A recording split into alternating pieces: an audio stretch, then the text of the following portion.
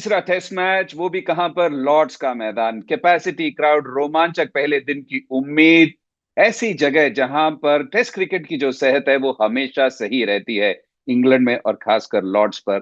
आइए चलते हैं क्या हुआ पहले दिन में क्रिकेट चैटर पर। लॉर्ड्स का जो मैदान है ना वो बड़ा मजेदार है, क्योंकि हम हमेशा बात करते हैं, एक तो मेका ऑफ क्रिकेट कहा जाता है, और सबसे बड़ी चीज है कि जो स्लोप है, जो ऊपर से लेके नीचे तक है, वो बहुत बड़ी है। और जब आप टेस्ट क्रिकेट की बात कर रहे हैं और टेस्ट विकेट की बात करें, वो बिल्कुल बीच में रहता है।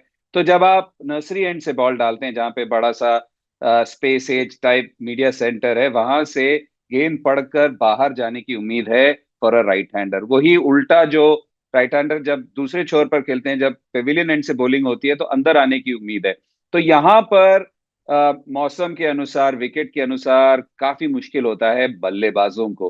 और आज भी ऐसे ही देखने को मिला, क्योंकि कितने सारे प्लेज एंड मिसेस थे। और सबसे बड़ी बात तो मुझे जो लगा, जो नीतीश कुमार रेड्डी का जो पहला स्पेल था वो बड़ा ही मजेदार था। पहले तो बेन डकेट कह सकते हैं कि डाउन द लेग आउट हुए, पर उसके बाद जो उन्होंने जैक क्रॉली को चलता किया, और जब ओली पोप का विकेट मिलना चाहिए था, जिस हिसाब से जो रूट को गेंदबाजी की, बहुत बढ़िया लगा।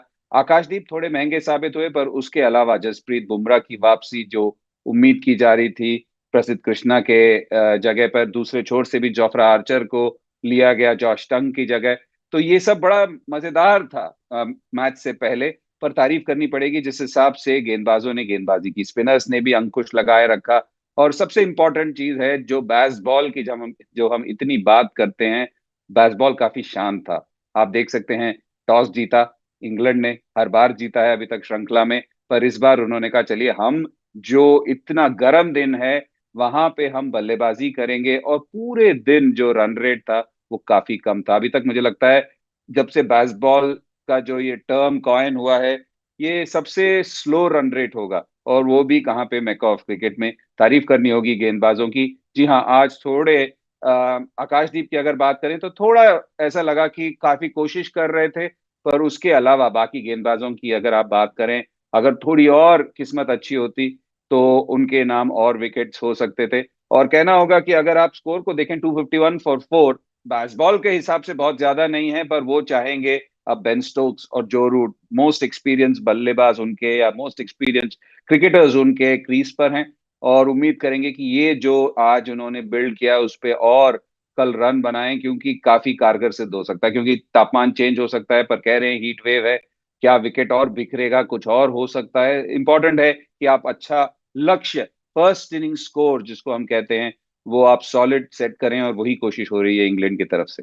तो बहुत मजेदार और इंटरेस्टिंग डे था। कुछ लोग कह सकते हैं बड़ा मुश्किल भी दिन था, क्योंकि गर्मी बहुत थी, बहुत ज्यादा गर्मी थी। मैं लॉर्ड्स के मैदान में था, मैं आपको कह सकता हूँ कितना गर्म था। तो प्लेयर्स के लिए आप सोच लीजिए। और उसके अलावा विकेट से भी आप कह सकते हैं कि इतना कुछ ज्यादा मदद नहीं मिल रहा था। प्लेज एंड मिसेस जरूर हो रहे थे, पर एक उम्मीद है कि एक और कैट एंड माउस का गेम होने वाला है, क्योंकि अभी 4 दिन का खेल बाकी है। तो एक इंटरेस्टिंग डे कहना होगा टेस्ट क्रिकेट का।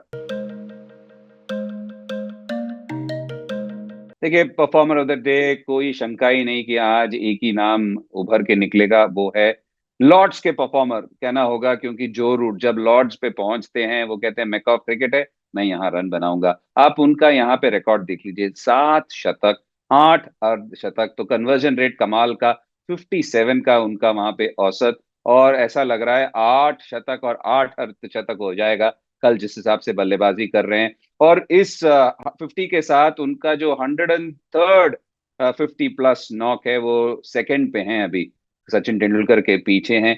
कहना होगा जैक कैलिस और रिकी पॉन्टिंग जो दिग्गज माने जाते हैं, और एक और दिग्गज सचिन तेंदुलकर। तो ये जो रूट एक मॉडर्न डे ग्रेट है, इनकी जो बल्लेबाजी है, कभी कभी हमेशा as a player, former player, as a viewer, as a supporter, कहीं भी आप क्रिकेट के सपोर्टर होते हैं, आप कभी कभी सोचते हैं जो रूट क्या ऐसा कुछ हो सकता है कि जब ना रन बनाए। और अच्छा है कि अभी तक भारत के खिलाफ उन्होंने उतने नहीं बनाए थे। पर जब घंटी बजती है, जब बड़ा मौका आता है, जब बड़ा मैदान आता है, तो बड़ा प्लेयर हमेशा खिल कर निकलता है। और वही करके दिखाया है जो रूट ने। और इसीलिए भारत के लिए ये खतरे की घंटी है, क्योंकि इस पैर के बाद कौन आएगा, जेमी स्मिथ, जिसने भारत को परेशान किया अभी तक 2 टेस्ट मैचेस में। तो ये एक बड़ा इंपॉर्टेंट फेज है, पर performer of the day without a doubt जो रूट।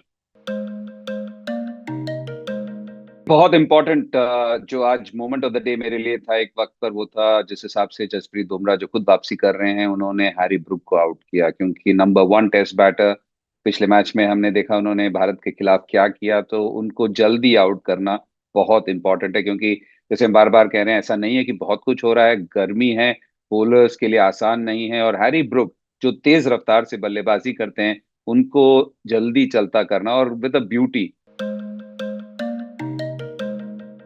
अच्छे बैटिंग कंडीशंस में, जब इंडियन बॉलिंग अटैक ने इंग्लैंड को तीन, क्या बैसबॉल का हम बात करते हैं या बैसबॉल के एरा की हम बात करते हैं, उस वक्त बिल्कुल ही शांत रखा।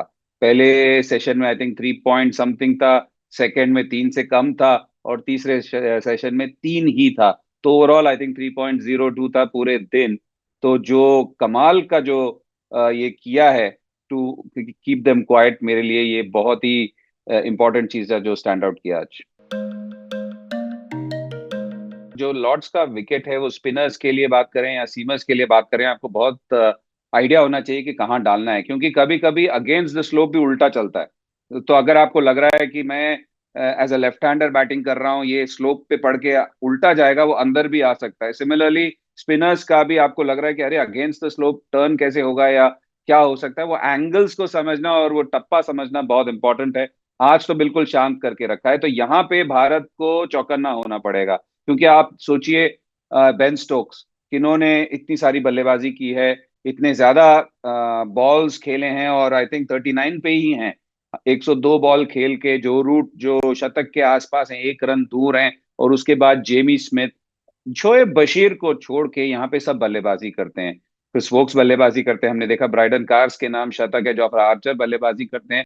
तो बहुत इंपॉर्टेंट है कि अंकुश बनाए रखें, क्योंकि हो सकता है कि जब एक विकेट मिले तो दूसरा जल्द मिल जाए, पर ऐसा नहीं हो सकता कि विकेट के चक्कर में या विकेट की खोज में बहुत ज्यादा रन्स कल दे बैठे, क्योंकि इंग्लैंड की यही कोशिश रहेगी, क्योंकि गर्मी में जब बॉलर को बार बार आके गेंदबाजी करनी पड़ती है तो आसान नहीं होता। वो उम्मीद कर रहे हैं और वेट कर रहे हैं कि इंडियन बॉलर्स थकेंगे कब। तो बहुत इंपॉर्टेंट है इस बॉलिंग अटैक को हैंडल करना, और उस हिसाब से बॉलर्स को भी ये समझना कि आज लंबा दिन हो सकता है, विकेट जल्दी से मिले तो ठीक है, पर हमें अपनी तरफ से पेशेंस रखना बहुत जरूरी है, क्योंकि इंग्लैंड यही चाहेगी कि ये जो आज स्कोर खड़ा किया है उस पे और 200-250 रन ऐड करें, और वो अगर भारत कहीं ना कहीं रोक सकता है तो बहुत इंपॉर्टेंट रहेगा भारत के लिए आगे चलते हुए इस मैच में।